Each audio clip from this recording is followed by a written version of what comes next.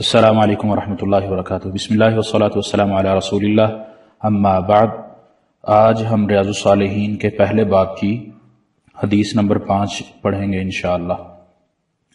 حدیث ہے وعن ابی یزید معن بن یزید بن اخنس رضی اللہ عنہم۔ حدیث ابو یزید معن بن یزید بن اخنس رضی اللہ عنہم اس حدیث کے راوی ہیں۔ وہ کہتے ہیں قال کان ابی یزید اخرج دنانیر یتصدق بها کہ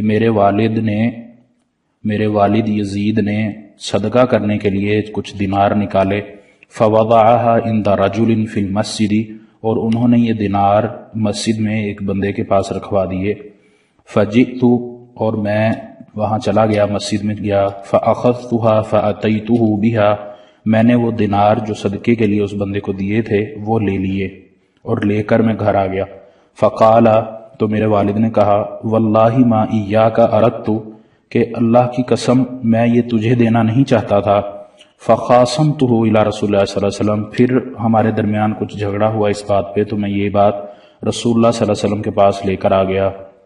فقال نبی علیہ الصلوۃ والسلام نے فرمایا لک ما نویت یا یزید اے یزید تیرے لیے تیری نیت کا ثواب تجھے مل گیا، تو نے جو نیت کی تھی اس کا ثواب تجھے مل گیا۔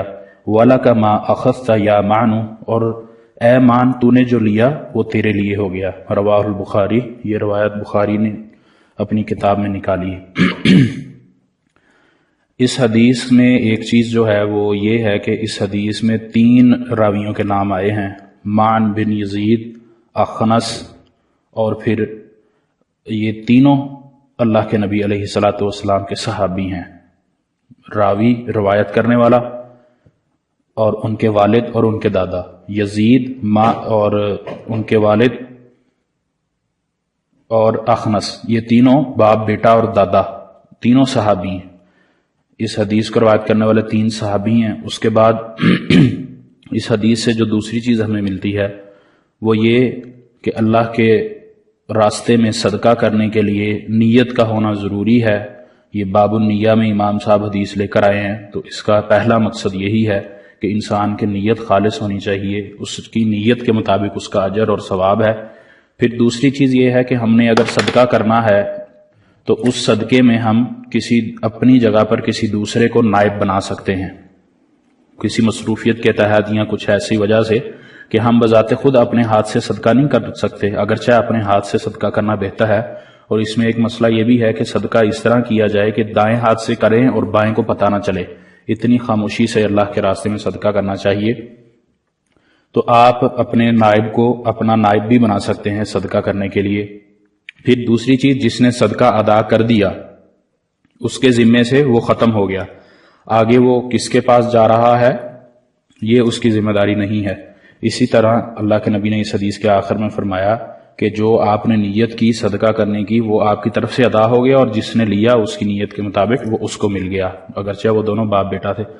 اس میں بعض محدثین یہ کہتے ہیں کہ صدقہ اس کو نہیں دینا چاہیے جو آپ کی کفالت میں ہو، تو وہ اس میں اختلاف یہ کرتے ہیں کہ زکوٰۃ کا جو مسئلہ ہے اس میں یہ چیز ہے، عام صدقے کے بارے میں یہ نہیں ہے۔ باقی البتہ اگر والد اپنا کفیل الگ ہے اور بیٹا الگ ہے تو پھر وہ دے سکتا ہے، اس میں حرج والی بات نہیں انشاءاللہ۔ اسی طرح ایک اور مسئلہ جو ہمیں اس حدیث سے ملتا ہے وہ یہ کہ باپ بیٹے کے درمیان شرعی لحاظ سے اگر تنازع ہو جائے تو اس کو حاکم کے پاس یا علماء کے پاس لے جانے میں حرج نہیں ہے، لیکن یاد رہے کہ اس اختلاف میں یا اس تنازع میں بھی ادب کا دائرہ چھوڑنا نہیں چاہیے، ادب کے دائرے میں رہنا چاہیے ہر لحاظ سے۔